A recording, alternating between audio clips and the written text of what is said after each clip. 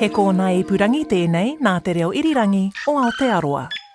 This podcast includes discussion of self-harm, suicide and sexual assault. Please listen with care. If you or someone you know needs support, you can contact the Need to Talk helpline anytime, day or night, by texting or calling 1737.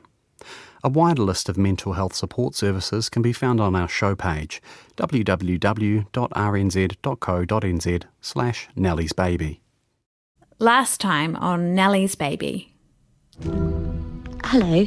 I wondered if you might be the person to help me, or if you'd be able to put me in contact with a good New Zealand investigative journalist familiar with Porirua mental institution. Trauma, anxiety, depression.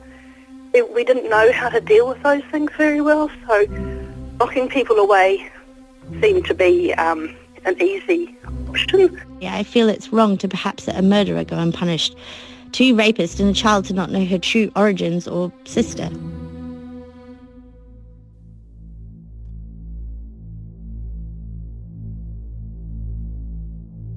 It felt like no one explained anything. We were basically left to the mercy of the psychiatrists and the nurses and whoever else was there, but Sydney was in a terrible state when we visited.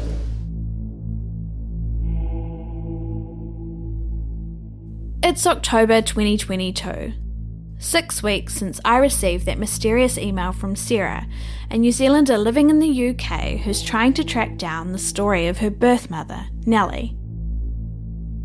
Now, I'm trawling through the website of the Royal Commission of Inquiry into Abuse in State Care. Then doctors will come around, psych doctors and nurses come around, they told me to lay on the bed and they gave me treatment, shock treatment, and I was trying to fight it, I did fight it. It was horrible, It was hell, man. Over the past few years, the Commission has been investigating the abuse of vulnerable men and women at all kinds of institutions, churches, foster homes, and psychiatric facilities. Mum saw Paul with black eyes and evidence that he was regularly beaten up. He had unrelenting physical injuries. He told her that the staff would round up the patients and hose them down with cold hoses. I'm watching videos of testimony from witnesses, victims, their families, and former staff. Hand on heart, I have not seen an individual staff person being cruel, but the systems in which everybody lived and worked were terribly cruel, because you had one group of people who had the power of life and death and daily activity and every single piece of power that you could wish to have, completely dominating another group who had absolutely no power at all. A handful of these videos come from people talking about Porirua Hospital, the place where Sarah's birth mother, Nellie Wilson, spent most of her life, and the place where Sarah was conceived. Listening to these stories is heartbreaking, but I'm hoping they might help me better understand what life was like for Nellie at Porirua Hospital, and to answer some key questions that Sarah and I have, like why was Nellie sent to Porirua in the first place? I find some potential clues in the testimony. Paragraph 32, which is the paragraph that begins ECT, was administered, because that's where you describe your understanding of what ECT was used for. And your understanding is it wasn't simply treatment, it was also punishment. Yes, I might get you to read that if you don't mind. Hannah, thank you. At paragraph 33, one woman, Catherine Hickey, says her brother Paul suffered partial paralysis after being hit by a car as a child. Paul was pretty placid, Catherine says, apart from a single incident when he was a teenager. He lashed out at a fellow patient at a rehabilitation centre, which led to the police being called. That led to a clinical psychologist getting involved, and suddenly Paul was in Porirua, totally against the wishes of his family. That committal left my mother broken-hearted. I know that she tried her best to stop that procedure happening and hoping that there could be some alternative. It seemed very drastic. It seemed very extreme to think that, it wasn't like he had a long list of issues like this. So they took extreme action in our view and placed him in the Porirua Psychiatric Hospital. A similar story to Paul's came from the Nielsen whānau. Sheree Nielsen Hornblow told the Commission that her brother Sydney Nielsen became unwell with supposed schizophrenia as a teenager, and he also got in trouble with the police. He was committed at Porirua, and pretty much as soon as he arrived he was given electric shock treatment, or ECT. His family was horrified. During the hearing, Shireen was asked by the Commission Chair, Judge Coral Shaw, about the admission process. You might not know the answer, but I understand from your evidence that your parents signed some committal papers to have Sydney go into the hospital. Do you know if they were ever asked to sign any consents, or if Sydney was ever asked for his consent to the shock treatment? I doubt very much if my parents knew that he was even getting ECT. And I doubt very much if actually Sydney gave consent for that, because when my mother found out he was getting ECT, she absolutely hit the roof. Right. And spoke to the doctors and the nurses there, which of course we got no response. This testimony is building an increasingly grim picture of what life might have been like for Nellie at Porirua Hospital.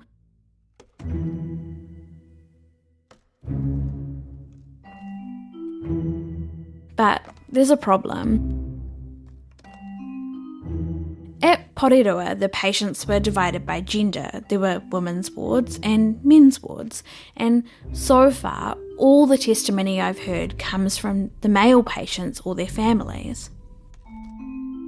I know from talking to experts like Hilary Stace that the experience of state care could be very different for men and women, so not everything the male patients describe can necessarily be applied to Nellie. Plus, I'm hoping against hope that trawling through testimony, I might just stumble across someone who was at Porirua at the same time as Nellie. If I can track that person down and interview them, they could fill in a huge blank spot in the story of Sarah's mother.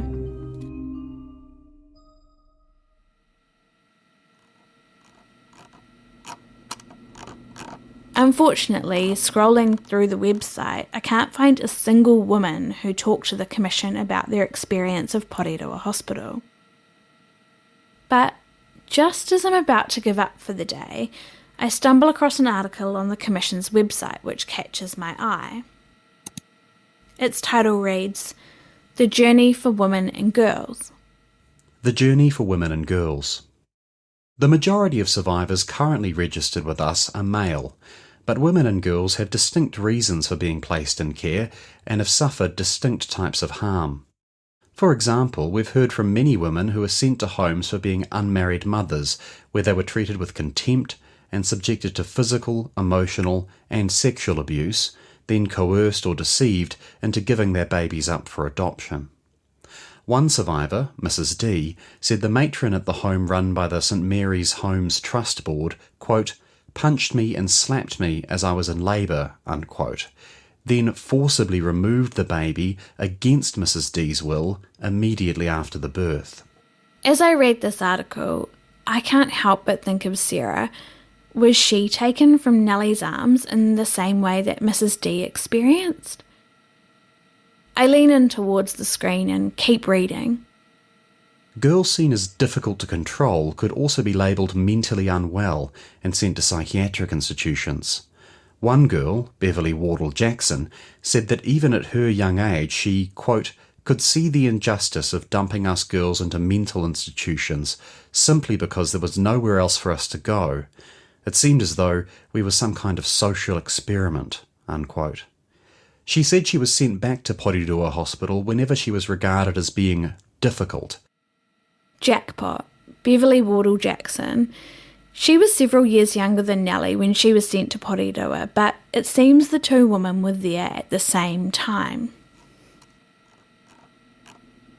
I quickly searched the site for more of Beverley's evidence. For some reason, it's among a group of recordings called context hearings, which is why I didn't find it in my initial search.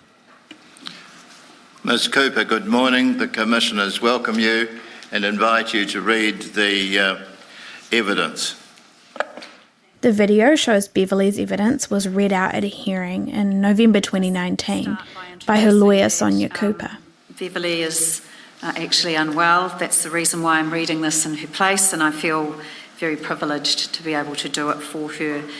She is a published author, and her brief of evidence comes mainly from her book, In the Hands of Strangers. I was born on 26... Sonia reads how Beverley was born in 1952. Her parents had both been in state care as children because their families were poor. I would have to go begging the neighbours for milk for the babies. Our house was also very dirty. When Beverley was 7 years old, history repeated itself. On 1 June 1960, I'm aware that my whole family was placed under the preventive supervision of child welfare.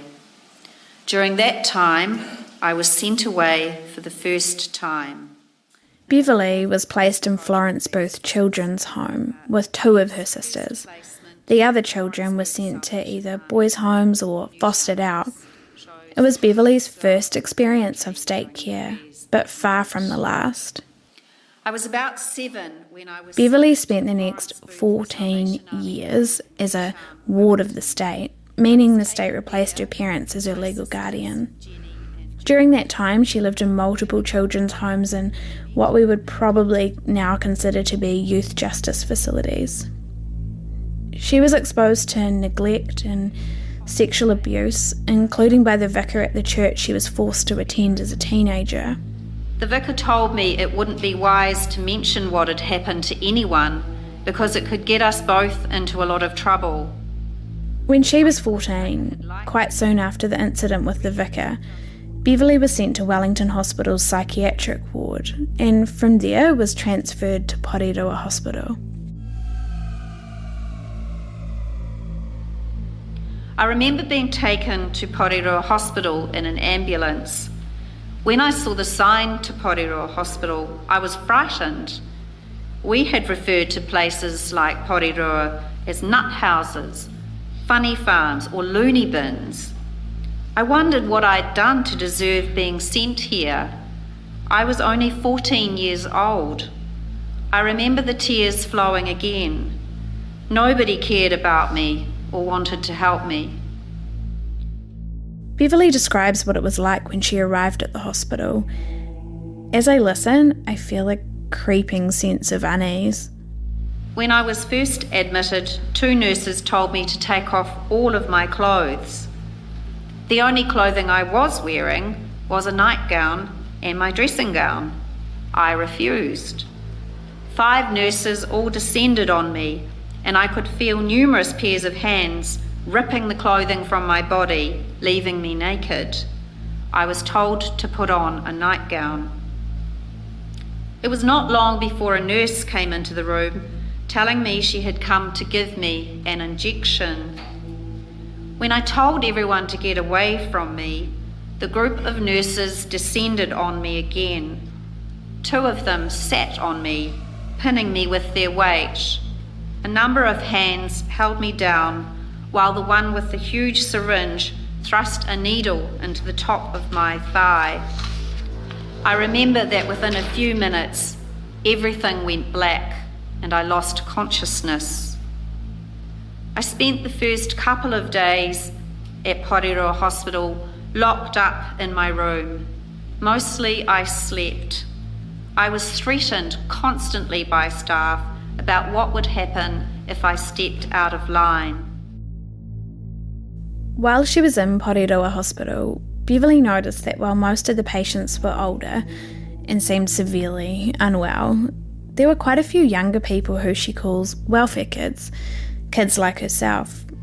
She said that these young women seemed to end up in Porirua for their wayward behaviour rather than because they had a mental illness. This makes me wonder about Nellie.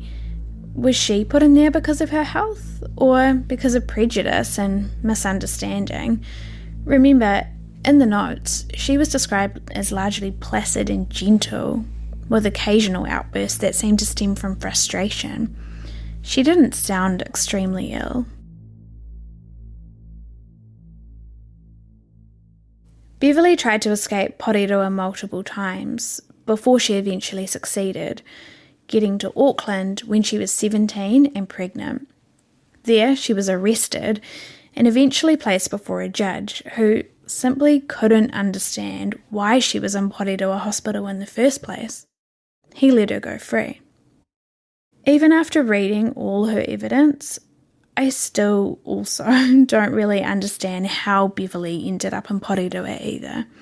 So I decided to get in touch with her to find out more. I don't want to jinx it, but I'm hoping that she might have known Nellie. Beverly says she was at Porirua on and off between 1967 and 1973, and given there weren't that many younger women there, it seems likely they may have crossed paths. Hello. Hi Beverly, it's Kirsty Johnston here from Radio New Zealand. How are you? I'm good, thank you. That's good. I made contact with Beverly through her lawyer. Before our interview, she'd asked me to read her book. I picked it up mid-afternoon. It was so compelling that I finished the whole thing before I went to bed that night. What stood out to me is that throughout this entire story, there was never a clear explanation of why Beverly was committed to psychiatric care. Did they give you, a diagnosis, or did they formally commit you under any kind of act or anything like that? No, they didn't. Nobody ever talked to me really about, why I was there or anything, but then they came up with this story about myself and other girls that we all had epilepsy, which was totally untrue because none of us had epilepsy and none of us ever took epileptic fits or anything like that. And they medicated us with all sorts of medications and, yeah. So at the time, that first time you went to Porirua, I don't know what the medical equivalent is, but, they didn't, read you your rights or explain. No, they just came into my room. I was locked up in a side room at Wellington Hospital, and they came into my room. They said, "You're going to another hospital." And the next thing I knew, I was in Porirua Hospital. I asked Beverly to describe what Porirua was like then, what it looked like and what it felt like. Most of the buildings have been knocked down now, so we can't really go and see for ourselves. Where I was taken was a big building, but it was full of cells, small rooms with wooden walls and varnish, and had a little piece of glass in the door where they could look through, but it didn't have a door handle on the inside of the room. So they locked it from the outside, and I couldn't get out, but they could look in at me. At first, Beverly was taken to Villa 9, which was a female ward. It was like a prison. They had all these rooms where they locked people, and then they had a big day room where in the daytime everybody had to sit. And I was only 14, and I never smoked cigarettes or anything. And when the first time I walked into the day room, I remember my eyes just started watering because even all the nurses sat around smoking. Everybody smoked. It was probably about 4 months later that I started smoking. Beverly also spent time in another part of the hospital, a place called F ward. I never knew until sort of later in years what F ward meant. F stood for forensic. meaning the people there were deemed criminally insane. There was all sorts of people in there that had done all sorts of crimes and, mentally ill. I didn't realise at the time. I thought they were just mad, But was locked in there, and that was one of the worst punishments that you could get. It was just so scary and, so frightening. From what Sarah has said, I'm pretty sure that Nellie was in both Villa 9 and F Ward during her time at Porirua. So, at last, I asked Beverly the thing I've been really wanting to know. So, Beverly, I was wondering if you might know the woman that we are looking into. She would have been in Porirua since she was a teenager too. She'd be a little bit older than you, I think. She was born in 1940, so maybe she would have been about 25 when you were there. Yeah. Her name was Nellie. Nellie. Yeah.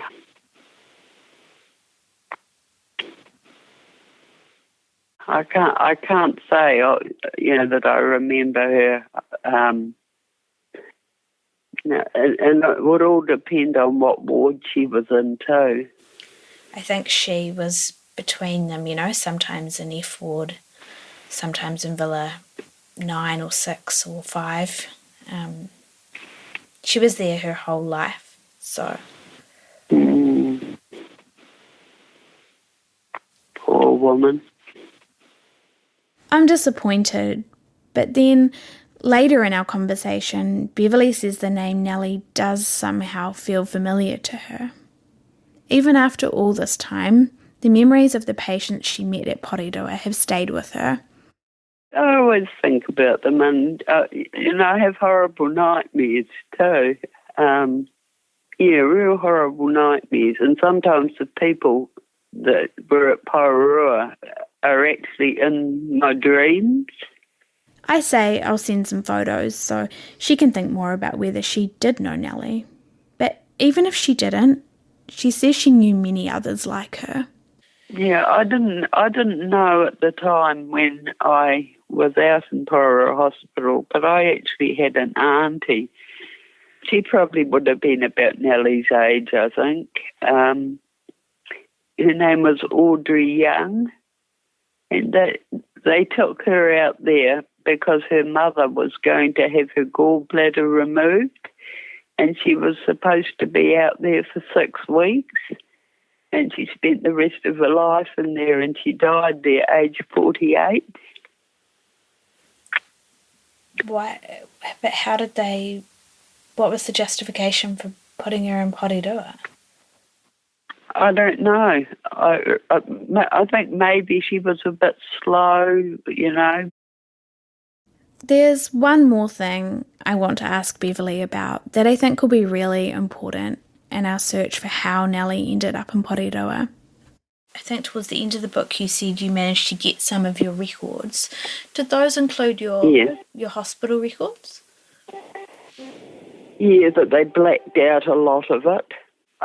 They blacked it all out with black felt pen, so I didn't read it. And what reason did they give? What legal reason did they give for doing that? They didn't give any reason. They just blacked it all out, the things that they didn't want me to read or anyone else to read, and it was just all blacked out. I asked my lawyer why everything was blacked out, and she said that was just what they did, and that just about everybody had things blacked out in their files. Do you feel like even if you had the notes, they would have been fair to you or accurate? I don't know. By blacking them out, I always wondered what they were hiding, what they were trying to hide. I can tell this is a real source of pain for Beverly. She tells me it's one of the reasons why she gave evidence at the commission in the first place. She wants a personal apology for the way she was treated by the state. to this day, I've never had an explanation ever as to why, when I was 14 years old, they shoved me out there and, were prepared to forget about me. But I had this, I guess, a bit of spirit, and I was determined I wasn't staying there.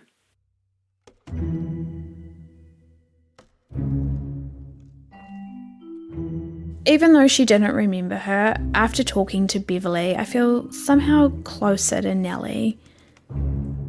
It's like I can see Nellie there at Porirua, confined in those wood-varnished wards with all the other women, locked up in rooms with no doorknobs on the inside, with nothing to do all day. It's also reminded me that this isn't the distant past that we're looking into. It's within living memory, even though at times it seems like another world. In saying that, Beverly's battle to get her documents sounds foreboding given our own so far fruitless search for more information about Nellie. But just as I'm about to call Sarah to discuss this with her, I open my emails and I get a surprise. Sarah has finally received a response from Oranga Tamariki, the government department responsible for adoption records. It sounds like they're going to release some information about Nellie to her. The next day, the emails with the documents arrives and I call Sarah just after she gets it because I'm desperate and frankly, after talking to Beverly, a little apprehensive to hear what they've given her. The email is from a caseworker at Adoption Services. She's warned Sarah she might want someone with her when she reads the documents.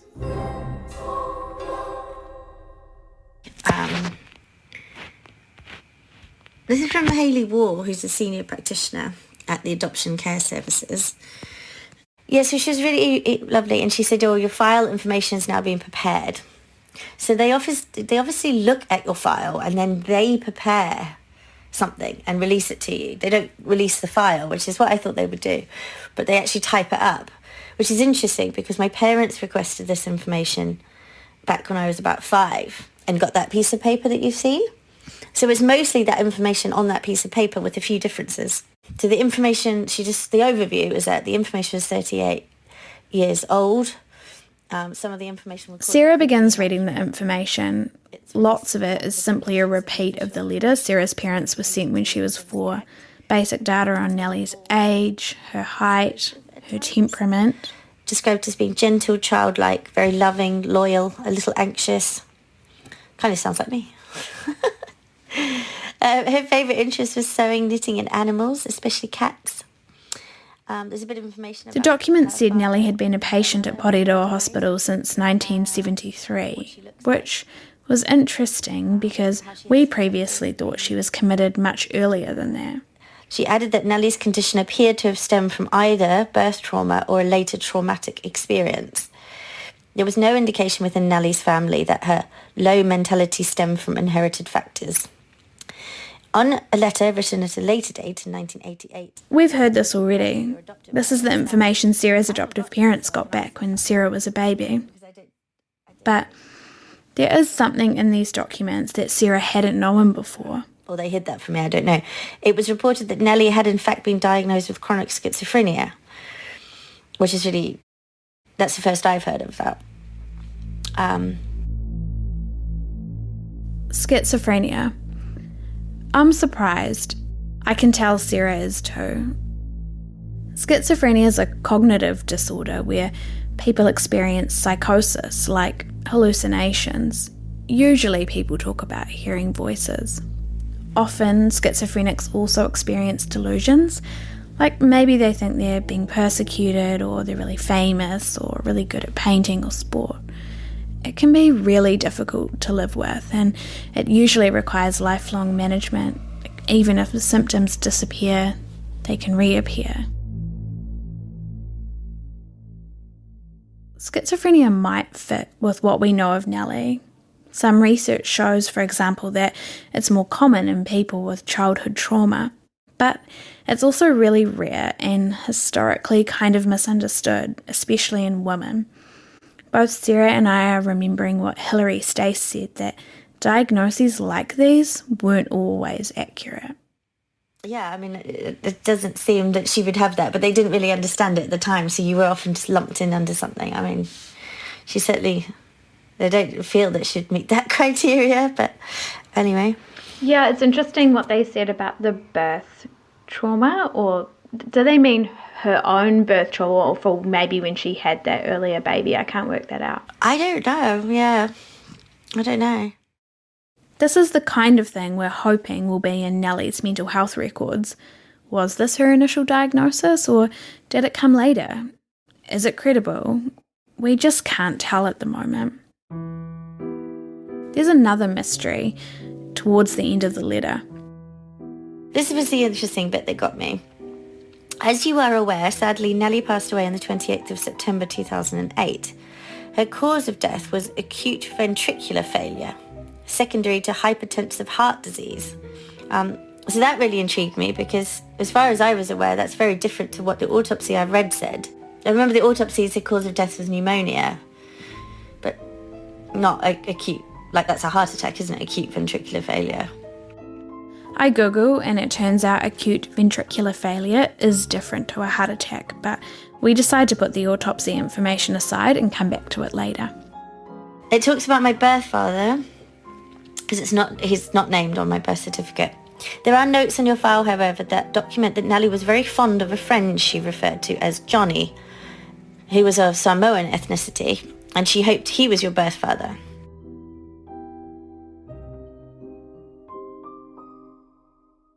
This is interesting too, because last time we talked about how we thought the boyfriend was Tongan, not Samoan, but it seems that maybe we've just got our wires crossed on that one. He was a patient at the same hospital. Now, obviously, I'm not Samoan, so it's obviously not him. The hospital staff provided information that your father could have been one of several men, which is interesting.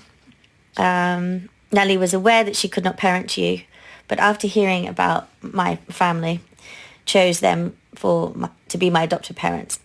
She had the choice of 4 families, but she felt my parents would be the best parents for you.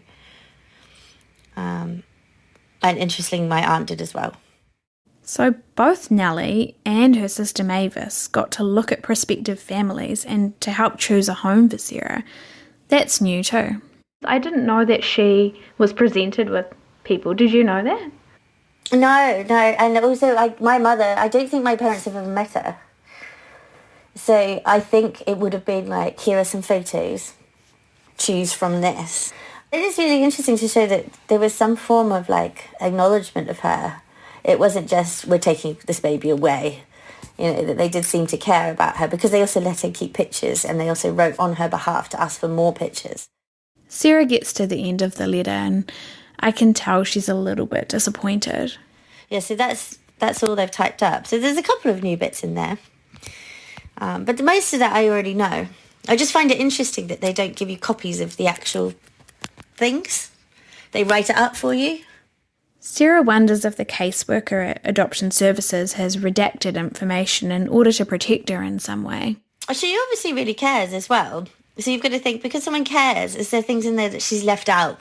You know, like, you know, it could be anything, but like that they're saying, oh, Nellie slept around, or she, you know, that people took advantage of her or something. Does she leave that out because she doesn't want me to be affected by it? Because there's obviously a lot of care in there. How would you feel if they were doing that to protect you? Yeah, that's a really interesting one, because I guess I like it because I'm a nanny, so I look after children. So the children that I work with at the moment, you know, they've heard about this film called Ghostbusters. Now, they're only 7, and they really want to see Ghostbusters, and they're really excited about it, and they're like, oh, we want to see Ghostbusters, oh, it sounds so cool, and they go around and they sing all the songs. But I know it's like a PG-12 or 15 or something. It's actually, you know, because they're killing ghosts and things like that, so I can't show it to them. But, I mean, that's different because I'm not a child, I'm now an adult. So it's slightly different to that. It's like kind of like they've written their narrative, and it's like, okay, well, if they were provided with this information, it's like, was it a letter? Was it like, can I just see?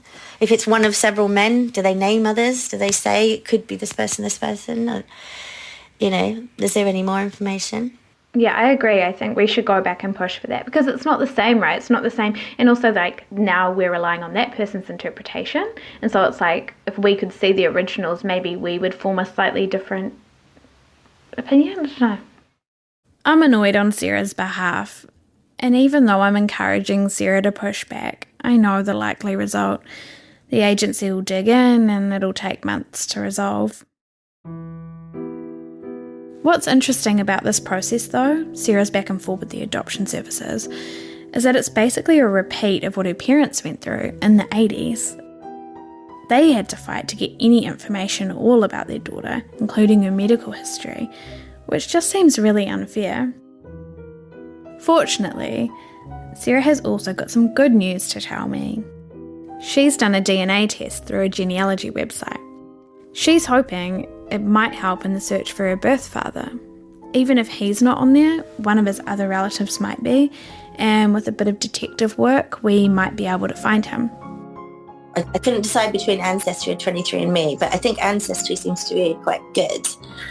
So I paid for an Ancestry DNA test, so that should come back in like 4 weeks or so. If Sarah's timing is right, the test will be back just before Christmas.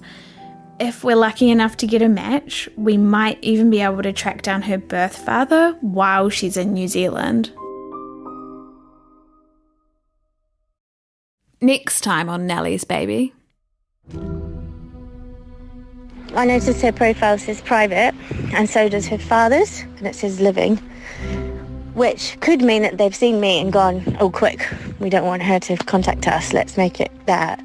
Or it could mean they just have it's private. Thanks for listening to Nellie's Baby. If you liked this program, make sure to follow or subscribe using your favourite podcast app, or listen ad-free at rnz.co.nz. While you're there, you can browse RNZ's excellent range of podcasts like Dear Wars, Conviction, and The Detail, our daily news podcast. You can also find a whole lot of Nellie's Baby's extras, including feature articles, photographs, and bonus podcasts at our show page, rnz.co.nz/Nellie's Baby. And that's Nellie spelled Nellie. Nellie's Baby is written and presented by Kirsty Johnston. The executive producers are John Hartevelt and Tim Watkin. The producers are William Ray and Justin Gregory. The sound engineers are Phil Benge, Mark Chesterman and William Saunders. Our designer is Hing-Yi Kong and our videographer is Cole Easton Farrelly. Our audio production team includes Steve Burridge, Jeremy Ansell, Rangi Powick, Hori Fuimaono, Daniel Hurley and Blair Stagpool. Special thanks to all those who helped make this podcast, including Sarah, Hilary Stace and Dr. Olive Webb. Ka kite anō.